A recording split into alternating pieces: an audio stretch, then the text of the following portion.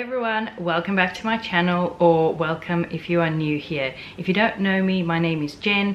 I moved to New Zealand with my husband and my two sons in 2011. Prior to that, we had lived 11 years in England, and prior to that, I am originally from South Africa. I've done a few of these videos answering questions about moving to New Zealand, and I will link the playlist over here. But I do want to give the disclaimer that I am not legally allowed to nor qualified to give actual immigration advice or advice on visas. If you want advice on that sort of thing, then you can contact New Zealand Shores, who is a reliable and legit agency. They have licensed immigration consultants and they can help you out. I will link them down below, because I know it's hard to find an agency and to know if they are legit or not, but you can trust them. But I can talk about my own experience of living in New Zealand and moving to New Zealand and try and answer some questions from my own point of view. But so long as you just remember that it is only my own point of view. We've only made the move once. It was almost 8 years ago. Things have changed, but I'll do my best to answer your questions anyway.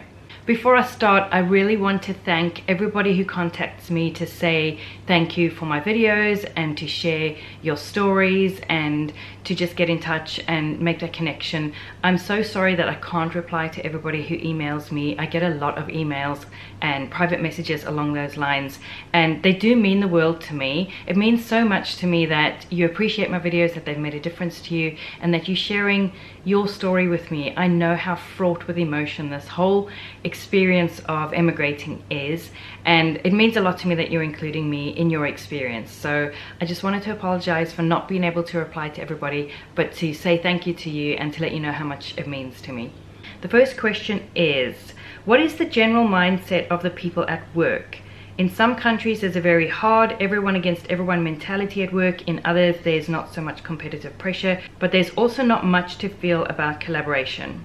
I have heard of this in other countries. My brother-in-law lived in Australia for a while and he said it was very kind of dog eat dog and competitive where he used to work anyway. And I don't think it's like that here. Obviously I can't speak for every industry, and you know, it may be really relaxed and laid back working at a school, but then it might be really high pressure and competitive if you're working in finance. I don't know, but from what I've seen, it's not like that. It's not super competitive and it's not kind of dog eat dog, and it's just a little bit more laid back. I haven't personally seen that competitive pressure. We lived first in South Auckland and then now we've moved to South Taranaki, and they are not kind of rat race kind of areas. Even South Auckland, although it was Auckland, it was less kind of high paced and, I don't know, rat race as the rest of Auckland or further north in Auckland. So like I said, I haven't really been in that environment. I have gone out to work at a shoe store for like 4 months since we've been here. The rest of the time I've worked for myself. My husband was in the police and he is now in the private sector, but in a small company, and there isn't that kind of competitiveness. So like I said, I can only speak from my own experience and from what I've seen, but I don't think it's super competitive. I think people are a bit more laid back about work here. The next question is, how does a usual workday look like? When do the office hours start? How long are usually the lunch breaks? And when do the office hours end usually? There's kind of a 9 to 5 mentality, but it's seldom 9 to 5. It may be kind of 8:30 to 5:30 or somewhere along those lines. There's generally about a 40-hour work week, you know, for a standard office job. Obviously it varies depending on what sector you work in, and there's usually a half hour or an hour for lunch. It depends on the company. Obviously every company can set their own rules, but that's what I've seen. Is it's pretty much between 8 or 9 in the morning you'll start, and between 5 and 6 you'll finish and have a standard lunch hour. Another question about work: what happens in the case of sickness? Are these days covered by the employer or not? Yes, there is sick leave available, and from what I understand you can use sick leave if it's not you that's ill, but if it's your child or somebody that you are caring for, you can use your sick days to stay home to look after them. Again, it's going to vary from company to company. 5 days. For most employees, the amount of sick pay NZ guarantees is the minimum provision of 5 days paid sick leave a year after the first 6 months of continuous employment, and an additional 5 days paid sick leave after each subsequent 12-month period. So there you go, that's the answer that I found online. Another question about sick leave is, do I need to get a sick leave note from the doctor already from the first day on? Generally not, because if you're home with a cold, you're going to have a day or two and then you're going to be back at work, and you don't need to go to the doctor for that. There's nothing much they can do for you. So from what I understand, most employers don't require a sick leave note from day one. It's only if you're going to have a longer period of time off work, then they need to know that it's for genuine reasons. You're not just taking your sick leave as a holiday. What is the job market like in New Zealand? What kind of fields are needed? For instance, do they need more businessmen or doctors? I'm thinking about studying some sort of environmental science or agriculture, but I'm not sure yet. Asking what is the job market like is kind of a bit vague, because obviously there's going to be more demands in certain areas, but from what I understand, that's what the person's actually asking, is which professions are in demand and which professions have a skills shortage in New Zealand. I will link down below to the skills shortage list, because that changes all of the time. There are long-term skills shortages, which means that there's not enough people to do that profession in New Zealand and it's a long-term problem. And there's a short-term skills shortage list, and that's the one that changes the most frequently. For example, rebuilding after the Christchurch earthquake, they needed more tradespeople, things like that. So I will link those lists down below. You can find all of this information on immigration.gov.nz. That's your first stop if you want to know anything about visas or anything like that. So like I said, that's going to vary from time to time. The second part of this question I wanted to address is, this person's talking about studying in a particular field. They may see that there's a skills shortage and think, oh great, I'm going to go and study in that field, then I'm more likely to be able to get a job and a visa. Just be aware that there are experience requirements. You can't just say, I've qualified in this field and I know that you need people to work in this field, I will come and work for you. They may require a certain amount of experience to be able to take that position. So if you can study in that field and then gain some experience, that's helpful, but just gaining the qualification in order to get a job and a visa may not work for you. I always get questions about areas. This person has asked, for now we are focusing a bit more on the area of Auckland and surroundings. Is there anything special we should be aware of by that, except the high prices for renting an apartment and the expensive prices in general? I get so many questions about areas. Like I said, we lived in South Auckland and then we moved to South Taranaki, and we have friends in Wellington, but although I've visited other areas, I can't really speak about a lot of the areas. I do have a Facebook group called Moving to New Zealand. I will link that down below as well. We have, I think, around 6,000 members there now, and there is a lot of feedback and a lot of help and support. Everybody in the group is either planning on moving to New Zealand, or they have just moved to New Zealand and they're supporting those who are making the move over and sharing their experiences, and that's a great place to ask about areas. Auckland in specific, yes, you've mentioned high prices and expensive. That is the number one thing. It is the most expensive place to live in the country. Some other things to think about is how populated you like a place to be. We don't prefer to be in a high populated area, and of course Auckland is the most populated area in the entire country. So if you don't like people and traffic and things like that, then maybe it's not the area for you.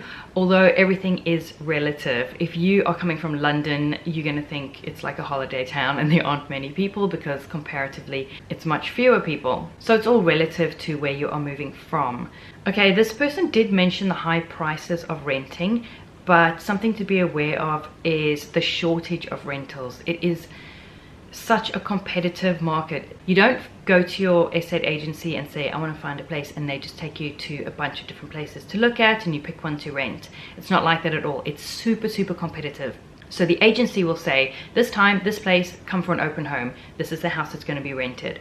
And you'll show up and there might be like 10, 20 other people there to look at the same place, and you all go in and you kind of mull around and have a look, and then you get your application in to the estate agent, and then I guess the landlord will pick who is going to be the tenant.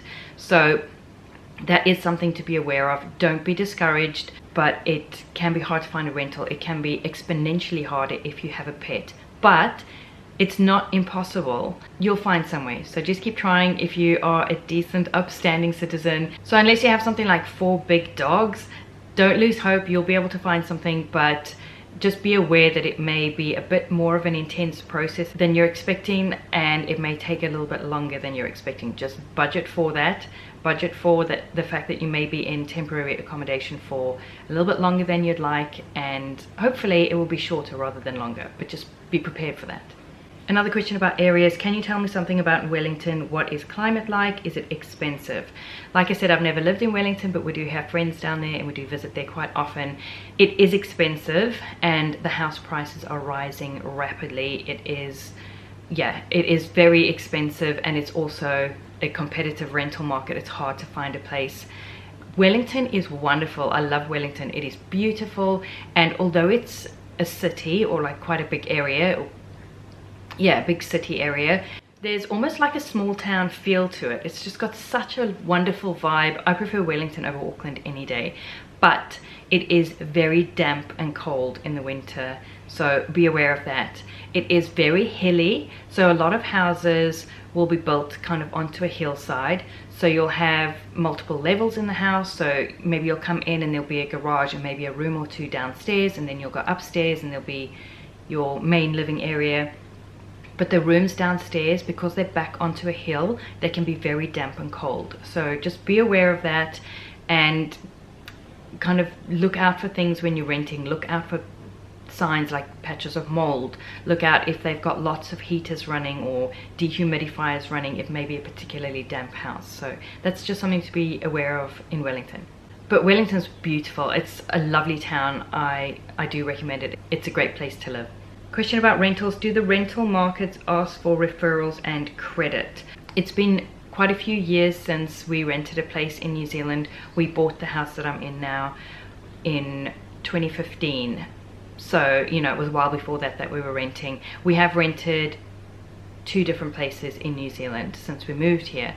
And back then, yes, you needed some kind of referral, which for us was difficult because when we lived in England, we had owned all of our homes. Well, for many years. It had been a long time since we'd rented. But you can get a character reference, and the fact that my husband worked in the police, I think, stood in our favor. And we did offer to pay 6 months rent up front so that we were less of a risk, I guess, as new immigrants. But from what I understand, that's no longer allowed. So I don't know if that's something that would help you get a rental or not. Credit, I don't know if they look at your credit history or anything, because we didn't have a credit history. We actually rented our first house. We got the lease before we even entered New Zealand. We had a friend here go and look at the house and say, yeah, it looks great, put in your application. And like I said, the fact that we offered 6 months rent up front and my husband was a police officer, I think made us good candidates, and we were luckily chosen and we were able to rent that house. About 15 months after we moved to New Zealand, the landlord sold the house, so we had to move to another rental. And yeah, we got that one without any problems, but we didn't have much of a credit history either, because we just operate on a cash basis or use like a savings account. We don't, or check account. We didn't have a credit card then, so I don't think they check your credit history from a previous country or anything. You do need to pay, generally I think it's 1 month's bond. They call it a bond. You need to pay 1 month's rent up front and then your first month's rent. So you get that bond back when you move out if you've left the place neat and tidy, but also be prepared for that you're going to have to pay some money up front when you begin renting. Okay, one of the things that we're currently trying to figure out is the weather, as we're getting mixed information from our searches. It seems New Zealand has a more constant climate, not the extremes you often find here in some areas of South Africa. However, a lot of the clips we see, it seems it's often cloudy, snow-capped mountains, etc. We absolutely love the outdoors and have a 4x4 caravan. You once mentioned the icy wind. Is the weather in summertime outdoorsy, camping weather, or is there always this chilly kind of wind? I love the climate here in New Zealand because it is very temperate, or like this person said, constant. Depending on your area, of course. But where I've lived, you don't get super high temperatures and you don't get super low temperatures. Obviously, there are areas of New Zealand where you can get some extreme highs and some extreme lows. You're going to get some real cold winters down in the South Island, but I haven't lived there. In general, summer will get to generally about 28 degrees where I live anyway. Maybe 28 degrees. It seldom gets as high as 30, although you will have some of that. The humidity can be quite high, especially around February. It's going to be your hottest month. It's going to be really humid and temperatures are going to be high. You can go online and look at the temperatures over the year in a particular area that you're looking at, or just like a mean average for New Zealand altogether. Winters where I live don't get super cold. It's rare that we'll get a frost or that it will get down to 0. It is maybe 12, 13 degrees in winter. To me, it's quite similar to a Cape Town winter. It's chilly, but it's not like absolutely freezing. And it will rain in winter, but then we'll have the drier summers and it'll be hotter. So yeah, winter's quite similar to Cape Town. Summer's not as hot as Cape Town. And you generally get about 6 months of warm weather and 6 months of cold weather. And when I say 6 months of cold weather, it's not freezing that whole time. The chilly wind I mentioned comes straight up from the South Pole. It is pretty bitter. It can be very cold when that wind is blowing, but that's not going to be all of the time. It is very windy where I live because besides the mountain, it is extremely flat around here. So the winds get really high and it can be super cold with those winds, but not every area is like that. I know everyone talks about windy Wellington. It has never been windy when I've been down to visit, ever, that I remember. And we go down fairly frequently, but where I live in South Taranaki, it is so windy a lot of the time because it's so flat around here. When we lived in South Auckland, there wasn't so much of that cold wind, and it is a couple degrees warmer, especially in summer. So just have a look online at temperatures and also sunshine hours. I actually kept track once. I thought, I'm gonna see how many days in a row I see the sun. Even if it's a fully overcast day, if the sun breaks through for 5 minutes, I'm gonna track that it has been sunny at some point. And I think out of, I did it for like 3 or 4 months, there were maybe 4 or 5 days that we didn't see the sun. It just feels to me like in New Zealand, the default is to be sunny, and that even when it's cloudy and rainy, it's trying to be sunny, and the sun will kind of try and break through at some point. Whereas it felt like to me in England that the default was grey and cloudy, and even when it was trying to be sunny, the grey clouds would come at some point. And there were times in England that we wouldn't see the sun. It would not be a sunny day or a clear day for 6 weeks at a time, and it's not at all like that here. Yes, we do have cloud. You'll have overcast days and you'll have cloud in the sky, maybe more frequently than in South Africa, where in summer you wake up and it's a blue sky every single day for months on end. It's not like that here, but that's what keeps it temperate. You're not going to have that glaring sun all of the time. And I like the changeable weather. I like that there's variation in the weather and it's not just the same every single day. I'm glancing outside now. We're having gorgeous autumn weather, and it is overcast and drizzly and it's quite gloomy today, but it's not usually as gloomy as, say, England. When it is overcast, it's generally brighter, whereas in England, maybe it's the tall buildings there as well, I felt that when it was overcast it was very gloomy and that sky was very low. There isn't that feeling here of the sky being so low and it being oppressively gloomy, and that was just my experience in England. Maybe some people feel differently, or maybe some people love that weather. It was not for me.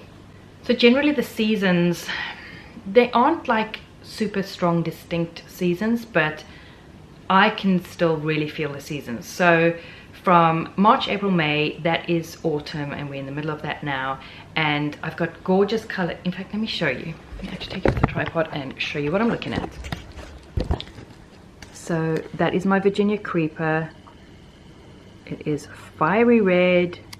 As soon as it starts getting chilly, you're going to get those gorgeous leaf color changes. Autumn weather is stunning. You're going to have lovely hot days, but such a gorgeous stillness to the air, and sunny and warm and just beautiful. And then you're going to have days like today, which are cozy and gloomy and chilly, but it's not actually like bitterly cold. You will have some cold days, especially towards May. It starts to get really cold. Really cold. It's all relative. It starts to get colder towards the end of May, and you can really feel winter coming. But I love the autumn weather. March, the weather is just stunning in March. And then June, July, August is winter, and it's going to be raining a lot, and it's going to be cold, and it's going to be, you know, you're just going to hunker down, and it almost feels like you're just waiting for summer again. There are definitely two New Zealands, winter New Zealand and summer New Zealand, and they're almost like two different countries. And then September, October, November is spring, and you're still going to have cold weather, but that sun's going to be breaking out and everything starts to come alive, and you just see flowers and blossoms and, like I said, more sunny days, and it's wonderful. And then December, January, February is summer. So generally we only really get hot weather towards Christmas, and then January is hot if February is your hottest, and then you have some of that heat going into March. So I still enjoy the seasons, and depending on where you live, you're going to feel those seasons more distinctly. Maybe if you're on the South Island, maybe your warmer seasons are shorter and your colder seasons are longer, but where I live, I think it's just perfect. We have 4 definite seasons, and I enjoy each one of them for different reasons. So as far as it being outdoorsy weather or camping weather, New Zealand is definitely outdoorsy. There's so much to do outdoors. There is so much natural beauty and wild places to visit, and we do enjoy camping. Some campgrounds are super competitive, and they only open their spaces in like June, and if you aren't there in the first 10 minutes after they've opened their spaces, you don't get a space. So yeah, some of them can be very popular, and I guess too crowded for my liking. We prefer to camp on DOC sites, which is Department of Conservation. I will link their website down below. You can find places that are more in the wilderness. Some of them can only be accessed by foot, so if you are going hiking, you can only get to it by foot or by boat. But we take a trailer and take all our goodies and find a dock site that we can drive to. They are very inexpensive. They generally have minimal facilities, like there's a long drop toilet and that's it. And yeah, we have enjoyed camping in a few different places, and the weather is warm enough to camp. So definitely look into that when you're here. If you have an RV or a camper van, you are all set. Freedom camping is quite a big thing. You need to be certified, or like your vehicle needs to be inspected and passed as a freedom camping vehicle. It needs to be completely self-contained and have water and toilet facilities and all that kind of stuff. But if you have that, freedom camping is quite a big thing. You can do that generally countrywide. So yeah, camping and outdoor lifestyle is definitely a thing over here. I'm going to end this video here because it's getting pretty long. I have still a bunch of questions to answer, so I will film more of these and answer those questions in future videos. Keep your questions coming to me. I'm sorry I can't reply to everybody, like I said, in email or private message, but I will save your questions and answer them in future Q&A videos. I hope you have found this helpful. Please do check out the Moving to New Zealand Facebook group down below. You can find lots of support and help there, and if you need professional advice for visas or any immigration concerns, do contact New Zealand Shores. I will link them down below. Thanks so much for watching, and I will see you in the next one.